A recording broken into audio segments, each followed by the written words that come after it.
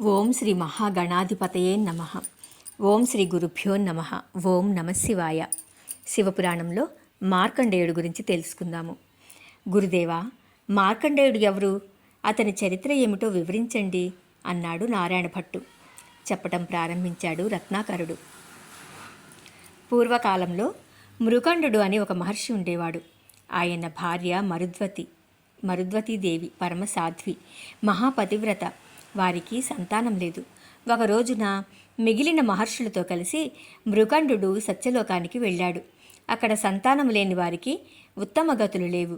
అందుచేత నీకు ఈ లోకంలోకి ప్రవేశం లేదు అంటూ మృకండుని ఆపేశారు ద్వారపాలకులు. చేసేది లేక ఇంటికి వచ్చి జరిగినదంతా భార్యతో చెప్పాడు. ఆ దంపతులు హిమాలయ పర్వతాలకు వెళ్ళి శివుని గూర్చి ఘోర తపస్సు చేశారు.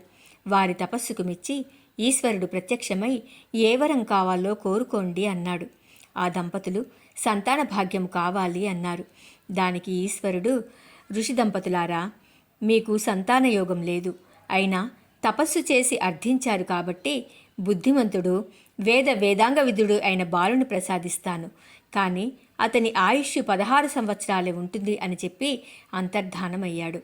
కొంతకాలానికి మృకండుని భార్య గర్భవతి అయ్యి పండంటి మగబిడ్డను ప్రసవించింది.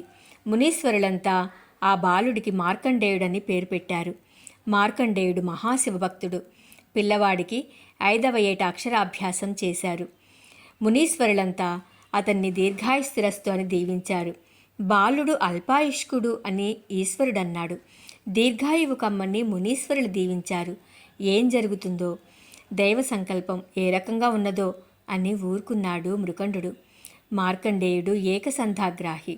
అందుచేత వేదాంగాలు అన్నింటినీ కొద్ది రోజులలోనే నేర్చేసుకున్నాడు.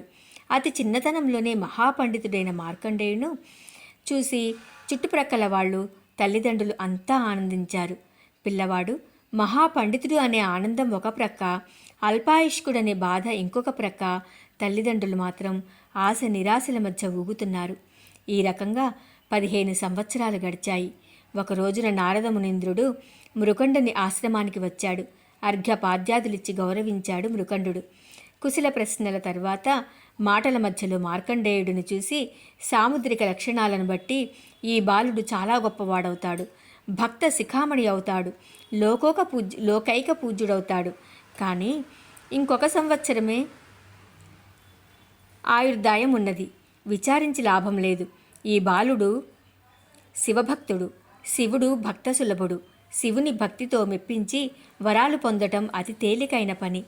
ఈ సంవత్సర కాలంలో మార్కండేయుడు శివుని మెప్పించగలడు అని చెప్పి మార్కండేయునితో, నాయనా, గోదావరి నదీ తీరములో గౌతముడి సిద్ధాశ్రమమున్నది. పూర్వకాలంలో అదితి కశ్యపులకు వామనుడు అక్కడే జన్మించాడు.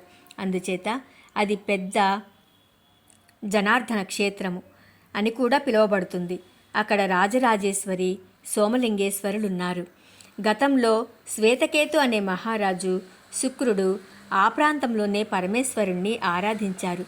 నువ్వు కూడా అక్కడికి వెళ్ళి శివుని గురించి తపస్సు చెయ్యి అన్నాడు. మార్కండేయుడు గౌతమి తీరం చేరాడు. నదిలో స్నానం చేసి గౌతముడికి నమస్కరించి తపస్సు చేయటం ప్రారంభించాడు. ఇలా 1 ఏడాది గడిచిపోయింది. మాఘ శుద్ధ పంచమి మార్కండేయుని జన్మదినం. ఆ రోజుకి మార్కండేయుడికి 16 సంవత్సరాలు నిండినాయి. మార్కండేయుని తీసుకురావటానికి యమధర్మరాజు దూతలను పంపాడు. యమదూతలను చూసి మార్కండేయుడు శివుని శరణు వేడాడు. శివాలయంలోకి వెళ్ళి కూర్చున్నాడు.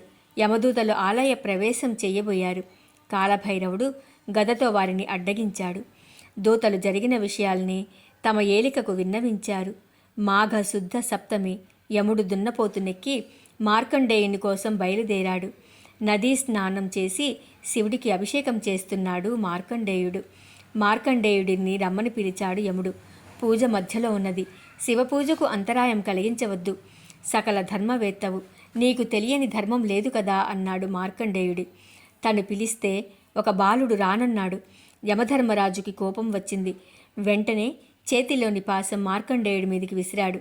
మార్కండేయుడు ఆర్తత్రాణ పరాయణ అనాథరక్షక శంకర పాహిమాం అంటూ శివలింగాన్ని ఆలింగనం చేసుకున్నాడు. యముడు కోపంతో పాశాన్ని లాగాడు. ఆ పాశము శివలింగాన్ని కూడా కుదిపేసింది. ఢమఢమ ధ్వనులతో, పెళపెళ రావాలతో, కోటి సూర్యుల కాంతితో 5 ముఖాలు 3 కనులు కలిగి ఖడ్గం, పరుశువు, శూలము ధరించి గజ చర్మాంబరధారి అయిన ఈశ్వరుడు ప్రత్యక్షమైనాడు. పరమ భక్తితో నమస్కరించాడు మార్కండేయుడు. నీకు భయం లేదు, నిశ్చింతగా ఉండు అని మార్కండేయుడికి అభయమిచ్చాడు శివుడు. పరమేశ్వరుడు యమధర్మరాజుతో, సమవర్తే, ధర్మ నిర్వహణలో నీవు హద్దు మీరి ప్రవర్తించావు. ఈ బాలుడు నా భక్తుడు, అతడు జోలికి ఎందుకు వెళ్ళావు అంటూ యముణ్ణి శిక్షించాడు. బ్రహ్మాది దేవతలందరూ వచ్చి యముడు తన పని తాను చేశాడు కాబట్టి అతన్ని క్షమించమని వేడగా శివుడు శాంతించి, యమధర్మరాజా, నీ ధర్మాన్ని నువ్వు నిర్వర్తించు, కానీ నా భక్తుల జోలికి మాత్రం వెళ్లకు అని ఆజ్ఞాపించి మార్కండేయుడికి 7 కల్పాల వరకు ఆయుష్యునిచ్చి దీవించాడు. ఈ విధంగా శివుడు భక్త సులభుడు, అతని భక్తులకు ఎప్పుడూ మేలే జరుగుతుంది అంటూ మార్కండేయ చరిత్రను వివరించాడు రత్నాకరుడు. ఓం నమః శివాయ.